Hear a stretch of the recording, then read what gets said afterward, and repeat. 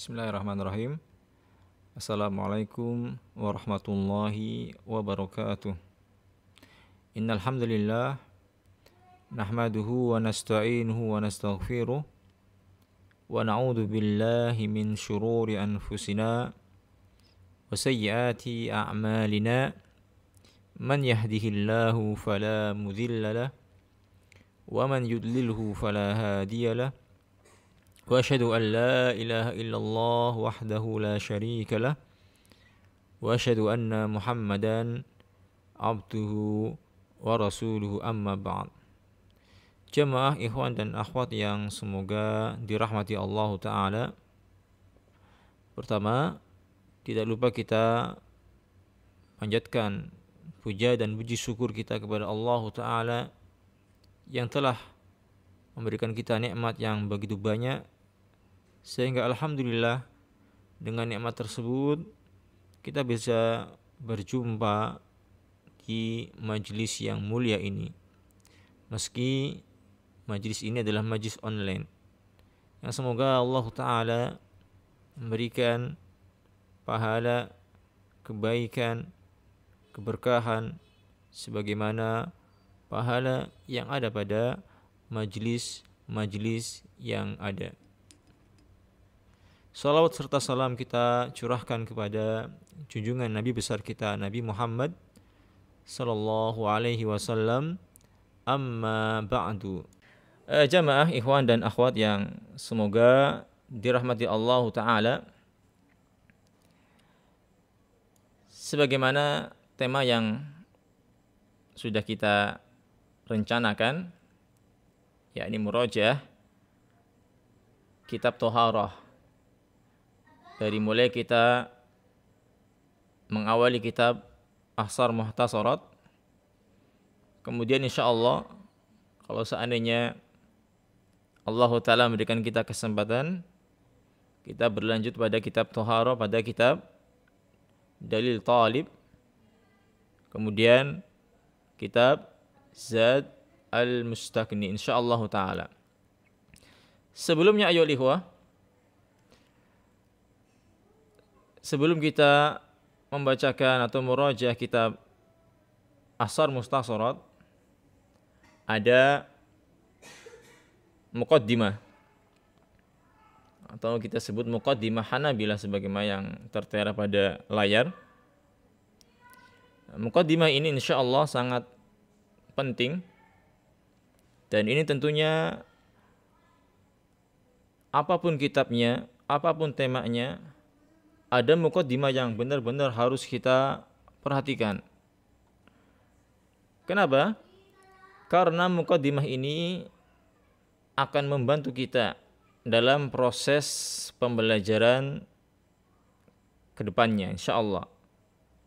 Karena salah satu manfaat dari muqaddimah adalah adanya tasawur untuk kita, memudahkan kita memahami apa sih yang kita pelajari. Seperti dalam ilmu nahwu, harus kita tahu muqaddimahnya. Contohnya, pengertian ilmu nahwu itu apa, tujuan mempelajari ilmu nahwu itu apa, penulis dari kitab tersebut itu siapa, dan hukum mempelajari ilmu nahwu itu apa. Sehingga ketika kita belajar, kita pun punya gambaran apa sih yang kita pelajari. Nah, sama halnya pada pembelajaran kali ini. Karena tema yang akan kita pelajari adalah tema fikih mazhab Hambali, maka ada beberapa muqaddimah yang penting yang perlu, atau mungkin dalam bahasanya la yasaul hanabila jahluhu, yakni seorang Hanabila itu enggak boleh jahil dalam permasalahan itu. Atau dalam bahasa kitanya itu enggak ada uzur seorang Hanabila enggak tahu dalam permasalahan ini. Yang ringkas insyaallah ada 4 muqaddimah. Ada 4 muqaddimah yang perlu kita ketahui. Tentu karena kita mempelajari mazhab Hambali, maka muqaddimah ini adalah muqaddimah tentang mazhab Hambali. Nah, antum bisa lihat di layar Kelihatannya layarnya ya? Atau tidak kelihatan? Nah, Muqaddimah Hanabilah. Yang anak kasih tema Muqaddimah Hanabilah. Muqaddimah apa namanya? Seorang Hanabilah yang harus perlu kita ketahui. Al-Muqaddimah. Nah, ada 4 muqaddimah yang akan kita pelajari insyaallah. Sebelum kita murojaah atau belajar tentang kitab Thaharah atau tentang fikih mazhab Hambali, ini ada 4 muqaddimah yang harus kita ketahui. Apa saja?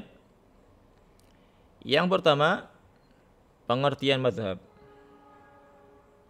Lalu yang kedua, biografi singkat Imam Ahmad. Karena nggak mungkin kita mempelajari mazhab Hambali tapi nggak tahu siapa pengusungnya. Lalu yang ketiga, fase perkembangan mazhab Hambali. Nah, lalu selanjutnya atau terakhir, kitab Muhtasar Mu'tamad Mazhab atau kutub, kitab-kitab Muhtasar Mu'tamad Mazhab. Yang pertama, pengertian mazhab. Apa sih mazhab? Ta'rifu al-mazhab atau pengertian mazhab. Secara bahasa, mazhab adalah at-tariqah, metode, tata cara. Atau al-mu'taqad alladhi yudhabu ilaih, atau keyakinan yang dijalaninya, keyakinan yang dipegangnya. Sedangkan secara istilah adalah sebagaimana disebutkan oleh Ibnu Muflih dalam kitabnya Al-Insaf. Beliau mengatakan, madhabul insan ma qalahu wa mata qailan bihi. Yani madhabnya seseorang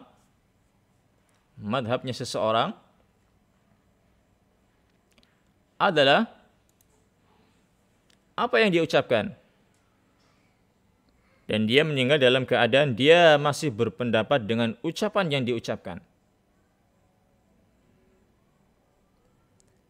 Atau jara majrahu min tanbihin aw ghairihi, atau dia berjalan pada jalannya dari peringatan dan semisalnya. Ini mazhab. Jadi ketika kita menisbatkan mazhab Imam Ahmad ibn Hanbal, kita mengikuti apa yang diucapkan atau pendapat yang ada pada imam tersebut, yakni mazhab, yakni Imam Ahmad ibn Hanbal rahimahullahu taala. Ini secara pengertian mazhab. Ini muqaddimah yang pertama. Lalu muqaddimah yang kedua, kita baca secara ringkas saja. Biografi Imam Ahmad. Biografi singkat Imam Ahmad. Nah, kalau antum pernah belajar Tahilul Fiqh atau Hakibah Tahilul Fiqh punya Syekh Amir Bahjat hafidhahullah taala, mungkin tidak asing lagi karena salah satu sumber dari ringkasan atau muqaddimah ini adalah kitabnya beliau, yakni Syekh Amir Bahjat yang Tahilul Fiqh, dan juga beberapa kitab dari Syekh Ahmad Al-Quaimi, juga muqaddimahnya Syekh Ahmad Al-Quaimi, dan juga beberapa kitab yang lainnya. Nah, biografi singkat Imam Ahmad. Yang pertama, nasab dan rihlah dalam menuntut ilmu. Lalu yang kedua, ibadah dan ketakwaannya. Yang ketiga, ilmu dan kecerdasan Imam Ahmad bin Hanbal.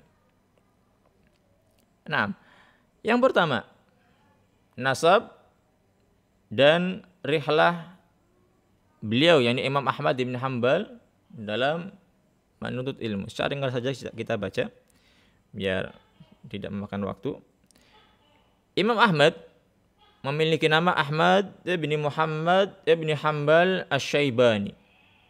Mungkin kita katakan Beliau adalah salah satu ulama yang dikenal nama kakeknya. Nama kakeknya. Makanya ketika kita mendengar mazhab Ahmad, bukan mazhab Ahmadi atau Muhammadi, tapi Hambali. Dikenal dengan nama kakeknya. Ada juga sama seperti Syekh Muhammad bin Abdul Wahhab. Syekh Muhammad bin Abdul Wahhab dikenal nama bapaknya ketimbang dikenal nama orangnya sendiri, namanya sendiri. Nah, beliau lahir pada tanggal 174 Hijriah dan wafat 241 Hijriah. Lalu ikhlas dalam menuntut ilmu. Berkata Imam Ibnul Jauzi rahimallahu taala, "Tafa Ahmad ad-dunya marratain." Tafa Ahmad ad-dunya marratain. Imam Ahmad mengelilingi dunia 2 kali dalam mengumpulkan musnad. Fi jam'il musnad. Masyaallah, mengelilingi dunia. Mengelilingi dunia. Mungkin enggak bisa kita bayangkan di era tersebut.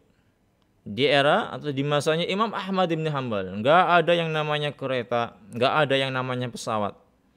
Enggak ada yang namanya kendaraan-kendaraan yang serba cepat. Ala kadarnya. Dan beliau rahimahullahu taala wa radhiyallahu anhum bisa keliling dunia, dalam artian keliling-keliling dunia untuk menuntut ilmu, untuk mencari musnad, untuk mencari hadis-hadis. Naam. Bukan sekali, akan tetapi 2 kali. 2 kali perjuangannya Masya Allah. Nah, radhiyallahu an, semoga Allah taala meridai beliau.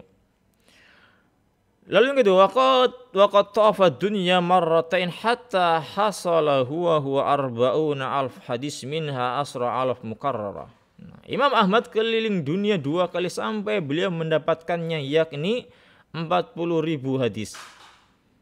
Ada di antaranya 10.000 hadis yang terulang-ulang. Ini hasil jerih payah beliau keliling dunia. Beliau keliling dunia bukan untuk mencari dunia, tapi mencari akhirat. Karena banyak sekarang orang-orang yang keliling dunia justru mencari duit, tapi beliau Masya Allah mencari akhirat. Hanya mencari hadis-hadis dan dikumpulkan dan di dalam kitab, menjadi sebuah kitab, yakni yang bernama Al-Musnad. Nah, lalu yang kedua, ibadah dan ketakwaan beliau. Abdullah bin Ahmad berkata, Abdullah adalah nama anaknya Imam Ahmad. Ini beliau rahimallahu taala memiliki 2 anak yang mungkin mewarisi beliau dalam keilmuan. Salah satunya adalah Abdullah, kemudian Saleh. Nah, Abdullah bin Ahmad berkata, "Kana abi yusalli fi kulli yaumin wa lailatin 300 raka'ah." Dahulu bapak saya beliau cerita tentang bapaknya, yakni Ahmad bin Hanbal. Beliau melakukan salat dalam sehari semalam sebanyak 300 rakaat. Beliau salat, kenapa? Oh, afwan. Nah, barakallahu fikum. Baik, bapak saya, kata Abdullah bin Ahmad, beliau melakukan salat dalam sehari semalam sebanyak 300 kali. Masya Allah, 300 kali beliau salat. Apa saja salatnya, entah salat wajibnya, salat sunnahnya, tahajudnya, luar biasa beliau. Nah, ketika beliau terkena sakit liver, falamma marad min tilkal aswat, beliau terkena sakit liver, mungkin saking ibadahnya, saking semangatnya dalam beliau beribadah sampai beliau terkena sakit. Ad'afahu fakana yusalli kulla yaumin wa lailatin 150 raka'ah. Yang menjadikan kondisinya semakin lemah. Yang akhirnya apa? Beliau salat dalam sehari semalam sebanyak 150 rakaat. 150 rakaat termasuk masih banyak. Nah, kalau kita mungkin kalau seandainya seperti itu, salatnya hanya salat wajib saja, sedangkan salat sunnah ditinggalkan. Masya Allah, Imam Ahmad bin Hanbal, meski dalam keadaan sakit, salatnya masih terhitung sangat banyak menurut kita. Dan usianya pun mendekati 80 tahun. Nah, dinukil dalam kitab Mukhtasar Tarikh Dimashqi Ibnu Rajab Al-Hambali.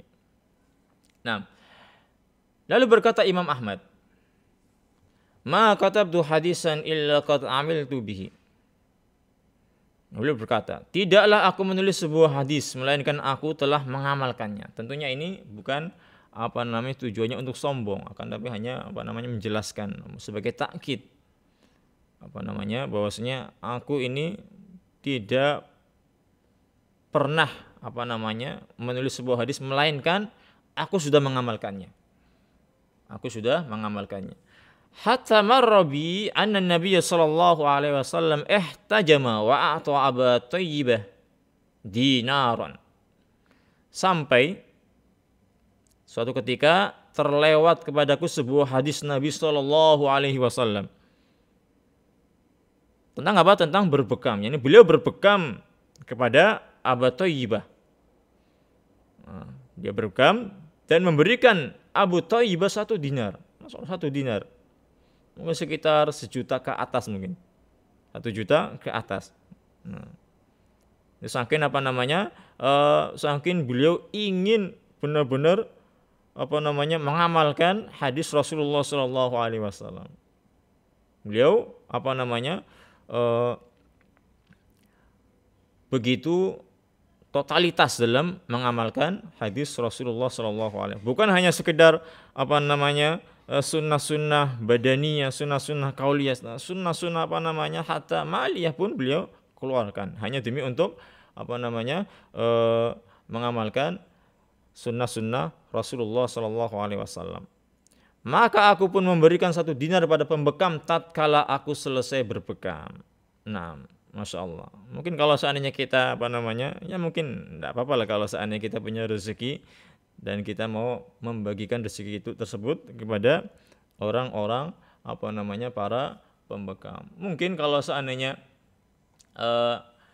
hadis ini diamalkan oleh semuanya, mungkin orang yang paling kaya adalah orang tukang-tukang bekam. Nah, karena apa? Masya Allah, 1 sekali bekam 2 juta, 1 juta, 2 juta, 1 juta, Masya Allah, banyak sekali. Nah, ini ketakwaan dalam ibadah dan ketakwaan beliau rahimahullahu taala. Lalu yang selanjutnya, ini masih seputar mengenal Imam Ahmad bin Hanbal. Berkata kami Imam Syafi'i rahimahullahu taala, Imam Syafi'i berkata kepada Rabi mendengarkan ucapan ini dari ucapan Imam Syafi'i, dan antum bisa jumpai atau bisa mendapatkan syarah yang sangat insyaallah detail dalam kitab Tabaqat Hanabilah. Beliau di sana dijelaskan tentang syarah dalam ucapan Imam Syafi'i rahimahullahu taala. Beliau berkata, Ahmad imamun fi samani hisal. Ahmad adalah seorang imam yang memiliki 8 sifat. Imamun fil hadis, imam dalam hadis. Yang kedua, imamun fil lughah, imamun fil fikih, imam dalam fikih. Bukan hanya sekedar ahli hadis saja. Beliau juga pakar dalam ilmu fikih. Wa imamun fil lughah, dan imam dalam bahasa. Wa imamun fil Quran, serta beliau juga termasuk imam dalam Al-Quran. Ini ilmu Al-Quran. Wa imamun fil fiqr, ini imam dalam kefakiran. Imamun fi zuhud, imam juga dalam kezuhudan. Imamun fil wara, imam dalam kewaraan. imamun fis sunnah, dan juga beliau imam dalam sunnah. Imam dalam sunnah. Nah, lalu selanjutnya, ilmu dan kecerdasan Imam Ahmad bin Hanbal. Berkata Abdullah, telah berkata kepadaku Abu Surah, Abuka yahfad alaf hadis. Fakila wa ma yudrik dzakartuhu wa ahatu 'alaiha al-abwab. Ayahmu hafal 1 juta hadis. Ayahmu hafal 1 juta hadis. Abdullah berkata, dari mana Anda tahu? Lalu Abu Surah mengatakan, aku pernah berdialog dan aku ambil beberapa bab. Ini Abu Surah menyimpulkan, ya, ini tentang dialognya beliau dengan Imam Ahmad bin Hanbal. Yang beliau simpulkan, oh ternyata Masya Allah Imam Ahmad ini memiliki hafalan atau banyak hafalannya. Ya, ini 1 juta hadis, diperkirakan 1 juta hadis. Lalu Az-Zahabi berkata, ini adalah kisah sahih tentang luasnya keilmuan Ahmad bin Hanbal, Syiar Alam An-Nubala. Lalu berkata Abdul Razak bin Hammam As-San'ani, ma ra'aitu ahadan afqah wala awra min Ahmad bin Hanbal. Aku tidak melihat seorang pun yang lebih faqih dan lebih wara dari Ahmad bin Hanbal. Lalu berkata Imam Syafi'i, kharajtu min Baghdad fama halaftu biha rajulan afdal wala a'lam wala afqa wala atqa min Ahmad bin Hanbal. Ya, setelah aku keluar dari Baghdad, tak seorang pun yang aku tinggalkan di sana yang lebih utama, lebih alim, lebih faqih dari Ahmad bin Hanbal. Lalu Imam Syafi'i berkata, berkata lagi, ya Aba Abdullah, idza indakumul hadis fa akhbiruna hatta tarji'a ilaih, antum a'lam bi ahbari sihhah binna. Wahai Abu Abdullah, apabila engkau memiliki hadis, maka kabarkanlah kepada kami sampai kami kembali kepadanya. Engkau adalah orang yang paling mengetahui tentang kabar yang sahih dari kami. Nah, tayyib, barakallahu fikum, insyaallah pada kita cukupkan insyaallah karena Zoom-nya masih belum pro, jadi batas minimalnya sangat-sangat minim sekali. Sangat-sangat minim sekali.